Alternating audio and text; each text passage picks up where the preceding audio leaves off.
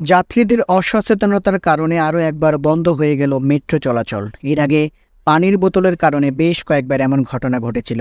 তবে এবার পানির বোতল নয়, বড়ইয়ের বিচির কারণে এমনটি হয়েছে। গত সোমবার রাত 8টা 58 মিনিটে ঢাকা বিশ্ববিদ্যালয় স্টেশনে এই ঘটনা ঘটে। বড়ইয়ের বিচি অপসারণের পর 3 মিনিট বিলম্বে পুনরায় যাত্রা শুরু করে মেট্রো রেল। এমআরটি লাইন 6 এর একটি সূত্র বিষয়টি নিশ্চিত করেছে। প্রত্যক্ষদর্শীরা জানিয়েছেন, ঢাকা বিশ্ববিদ্যালয় স্টেশন থেকে উত্তরাগামী ট্রেনে যাত্রী ওঠার পর একটি কোচের দরজা বন্ধ হচ্ছিল না। পরে অপারেটর এসে দেখতে পান দরজার কাছে একটি বড়ইয়ের বিচি আটকে রয়েছে। তখন সেটি অপসারণ করা হয়। এতে মেট্রো ট্রেনটি ছাড়তে 3 মিনিট দেরি হয়। তবে এই ঘটনায় দায় উপস্থিত কোনো যাত্রী নেননি। মেট্রো রেল কর্তৃপক্ষ এখনও আনুষ্ঠানিকভাবে এ ব্যাপারে কোনো তথ্য দেয়নি। উল্লেখ্য, মেট্রো রেল চলাচলে যাত্রীদের জন্য কিছু বিধিনিষেধ রয়েছে। এগুলোর মধ্যে স্টেশনে ও ট্রেনের ভেতরে গন্ধ ছড়াতে পারে এমন খোলা খাবার বহন করা বা খাবার গ্রহণ করা যাবে না।